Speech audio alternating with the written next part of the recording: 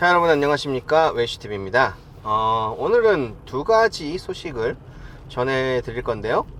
첫 번째 소식은 많은 분들이 우려하시던 현대모터스 그룹의 EGMP 차량의 ICCU Integrated Charging Control Unit, 이 녀석의 불량 문제가 있었고요. 이게 무상 수리건으로 진행 중에 있었습니다. 그런데 이 녀석의 무상 수리가 리콜로 전환이 됐다 라는 소식을 드립니다. 이게 당시에 이슈가 됐을 때도 제가 당장에는 무상 수리가 맞다, 왜냐면 크리티컬한 문제는 아니고, 그리고 이게 단순하게 현대 ICCU만의 문제라고 보기가 어렵다, 현재는.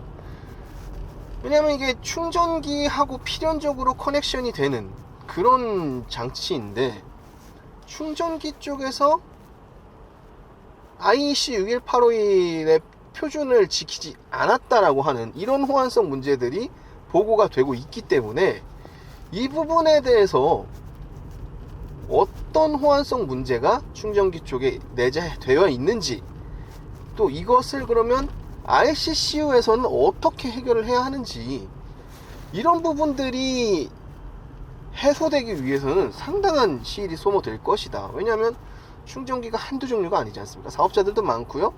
더군다나 그 충전 사업자들은요, 현대모터스 그룹처럼 이런 대기업이 아니고 영세 사업자들이 많습니다. 그나마 충전 사업을 통해서 최근에 좀 컸다고 하는 뭐 채비라든가 뭐 이런 업체들도 중소기업이에요. 자, 그런 와중에 그러면 이 충전 호환성 문제, 이거에 가려져서 ICCU의 자체적인 문제도 있을 수 있단 말입니다. 근데 이거를 알 수가 없는 겁니다. 아니, 이게 지금 호환성 문제 때문에 문제가 된 건지, ICCU 자체에서의 어떤 스위칭 제어에 뭐 데드타임이라든가 뭐 이런 오류가 있었던 건지 파악하기가 쉽지 않아요. 그런데 생각보다, 물론 이제 소비자 입장에서는 좀 답답하셨겠지만, 같은 분야의 공학을 하고 있는 사람으로서는 생각보다 빠르게 해결이 됐다. 그리고 이게 그래서 리콜이 됐다고 해서 ICCU를 뭐 교체하거나 이런 건 아니고요. 뭐 교체를 해줄 수도 있어요. 이미 작업이 빨리 되기 위해서는 이미 펌웨어 업데이트가 된 녀석을 교체해 드릴 수도 있어요.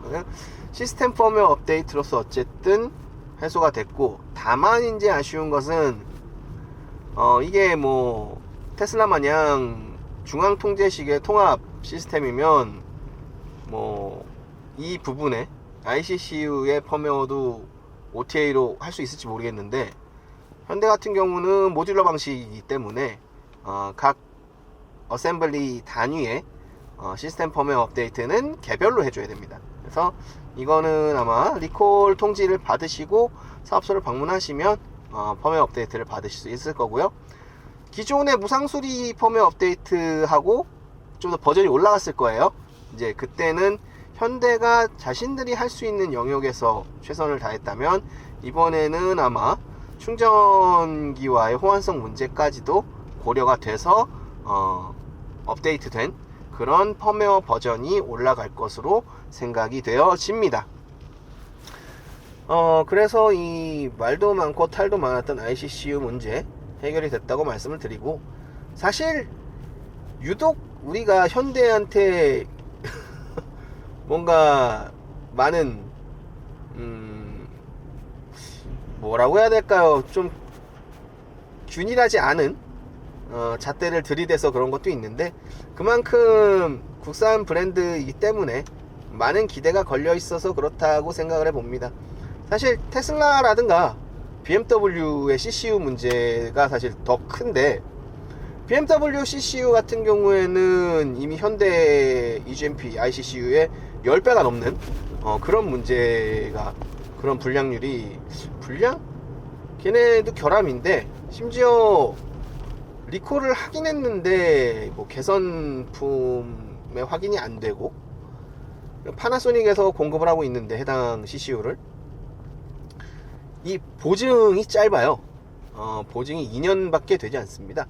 ICCU 같은 경우에는 처음에 제가 무상수리여도 문제가 없다고 말씀드린 이유가 얘는 10년 16만 킬로의 보증이기 때문에 뭐 당장에 리콜이 되지 않더라도 여러분들이 해당 문제를 겪으신다면 계속해서 무상수리 교환을 받을 수 있기 때문에 크게 걱정하지 않으셔도 된다라고 했지만, 이게 뭐 테슬라 같은 경우는 처음부터 문제가 됐던 것들이 OTA 업데이트를 통해서 리콜도 OTA 업데이트로 하니까 굳이 사업소 갈 필요가 없어요. 그래서 그런 부분에 있어서 장점이 있는데, BMW 같은 경우에는 내연차 기반의 전동화를 한 거라서 그런 문제들이 큼에도 불구하고 제조사에서는 워런티도 충분하게 해주지 않는 이런 이슈들이 좀 있습니다. 그런데 비해서 지금 현대 EGMP의 ICCU 문제 생각보다 빠르게 리콜 결정을 했고, 그 과정에서 리콜이 됐다는 건 어쨌든 완전한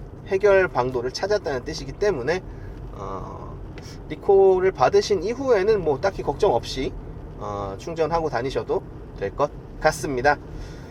자, 그리고 다음 소식은요, SK온.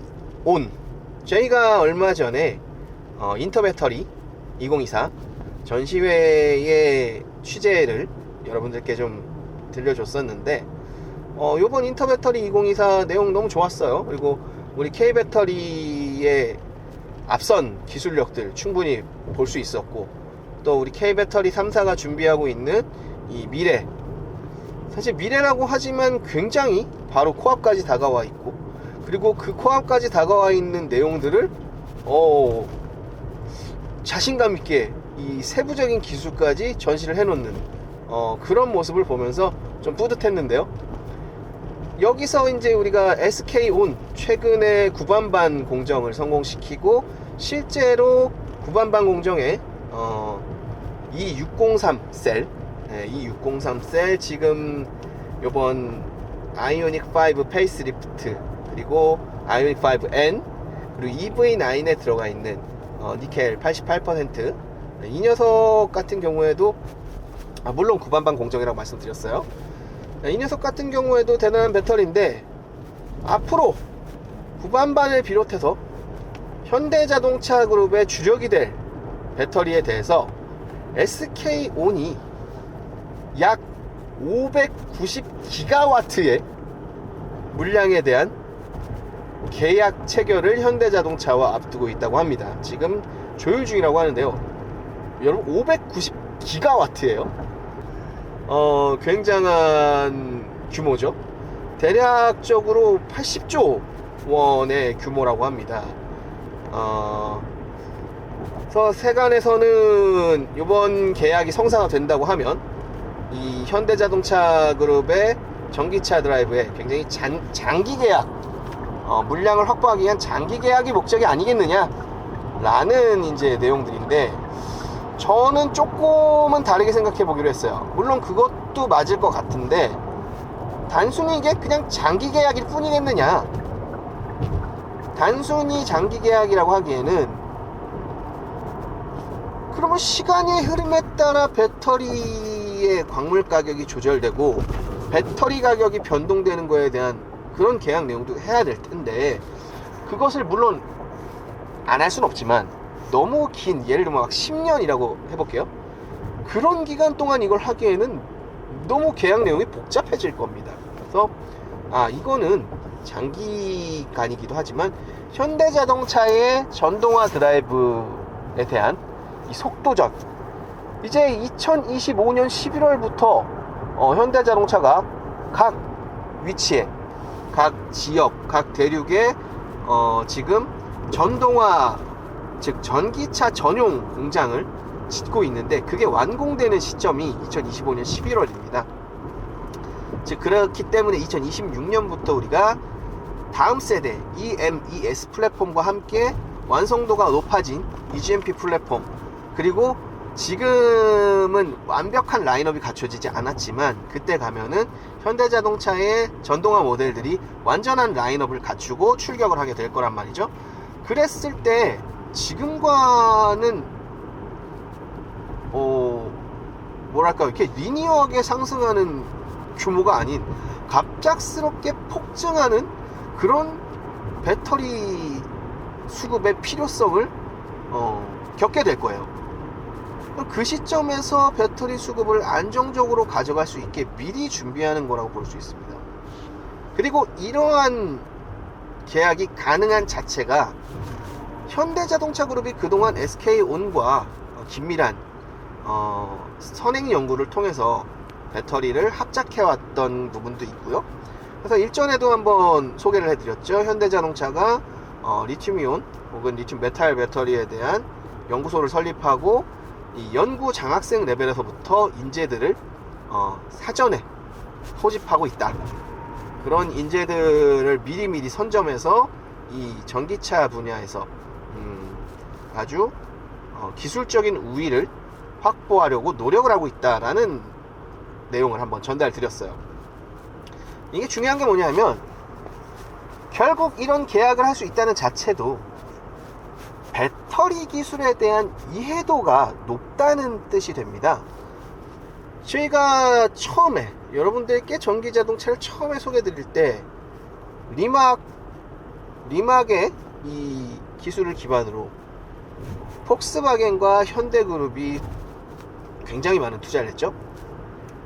물론 지금은 폭스바겐 산하가 됐지만 리막의 그런 800V 시스템을 통한 이 모듈러된 모듈 방식의 이 팩 구조, 이 방식을 EGMP, 현행 EGMP와 폭스바겐 MEB가 동일하게 따르고 있습니다. 그럼에도 불구하고 사실 형제 같은 플랫폼이에요.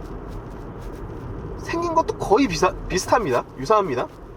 그럼에도 불구하고 폭스바겐 MEB가 지금 힘을 못 쓰고 있고 현대의 EGMP는 전 세계의 상이란 상은 지금 3년째 휩쓸면서 전기자동차에 있어서 정말 바야흐로 현대 시대가 됐다라고 해도 좋을 만큼의 엄청난 포텐셜을 보여주고 있습니다. 이 차이가 어디서 오느냐? 결국은 기술을 이해하고 해석해서 적용하는, 즉 기술 이해도에서 차이가 난다. 자, 최근에 비아디에 대해서 많이 소개를 드렸는데 비아디의 블레이드 배터리, NFP 배터리의 이 물성적인 한계, 화학적 특성의 한계를 조금 벗어나보자 라는 취지로 비아디에서 막대한 투자와 연구를 통해서 완성시킨 이 블레이드 배터리. 자, 그런데 당연히 그럼 일반 LFP보다 뭐 열화 같은 것도 더 해소가 됐어야 되고, 그로 인한 수명 증대, 뭐 출력, 충전 속도의 향상, 이런 것들이 있어야 될 거예요. 자신있게 그런 것들을 향상해서 내놓았는데 지금 이제 3년 정도가 됐습니다. 한 EV가 나온지. 비아디의 한 EV라 그러면은 현재 비아디 모델 중에는 플래그십 세단에 해당하는 아주 가격도 비쌉니다. 그런 모델인데 이 차량이 3년 지금 8만 킬로 정도를 탄 차량들에서 SOH 할약률이 16에서 23% 정도를 보이고 있다는 중국 내 보고들이 많습니다. 아니, LFP가 수명이 더 길다면서요. 심지어 블레이드 배터리인데 이게 어떻게 된 일이죠? 자, 이게 뭐냐면 블레이드 배터리를 자기들이 개발하고 생산하고 전기자동차까지 하고 있는 비아디조차도 배터리 기술에 대한 이해가 부족하면 이런 문제가 나타나질 수 있다는 뜻입니다. 제가 기아의 레이 EV, 니로 EV가, 물론 니로 EV는 LFP는 아닙니다. 하지만 CATL의 3원계 523, 811 이런 제품들이 K배터리 3원계처럼 영화에서도 이 운용성이 보장되는 게 아니라 마치 자기들 LFP처럼 영화의 운용성이 좀 떨어지는 그런 데이터들을 보여드렸었는데, 어쨌든 그런 문제들이 있다 보니까 제가 레이 EV, 뭐 니로 EV 2세대 이런 것들 조금은 생각하실 필요가 있다. 특히 레이 EV 같은 경우에는 추천드리진 않는다 라고 말씀드렸지만, 그럼에도 불구하고 그 차들은 비아디 한 EV 같은 문제가 나타나진 않을 겁니다. 왜냐하면 이 차들은 LFP라는 물성적 한계를 너무 잘 알고 있는 연구자들이 설계를 했어요. 그러다 보니까 최대 C레이트를, 이 C레이트를 방전 C레이트가 넘지 않도록 설계가 되어 있고요. 충전 시에도 1C레이트에서 많아봐야 1.23C레이트를 넘지 않도록 설계가 되어 있습니다. 그리고 일상적인 운용 구간에서도 정토크 구간이죠. 정토크 구간에서는 출력이 상승하는 중이니까 그것을 출력 상승 구간, 즉 정토크 구간을 좀 뒤로 밀어내서 시속 한 90 정도까지도 최대 출력, 즉 EC레이트가 넘지 않도록 하는 이런 설계 기법을 통해서 내구성을 LFP의 이 고시레이트에서의 확연하게 떨어지는 SOH와 내구성을 확보하기 위한 그런 방안들을 곳곳에 적용을 했단 말이에요. 현대자동차 그룹 같은 경우에는. 이게 바로 기술 이해도입니다. 이게 바로 배터리에 대한 이해입니다. 자, 이런 배터리에 대한 이해가 없이는 그런 대규모 물량을 사전에 선점해서 계약을 하기도 쉽지 않거니와, 또 거꾸로 말하면 이런 배터리에 대한 이해가 충분하고 그동안 이 전기자동차 시스템에 있어서 훌륭한 모습을 보여온 이 현대자동차 그룹이 SK온과 이런 대규모 계약을 준비하고 있다. 심지어 이 대규모 계약이 이루어졌을 때의 어떤 그 시너지, 이 한국 자동차 산업에 좀 멋진 앞날이 있지 않을까라는 기대감을 좀 가져보면서 오늘 전달은 여기까지 드리도록 하겠습니다. 자, 여러분 감사합니다.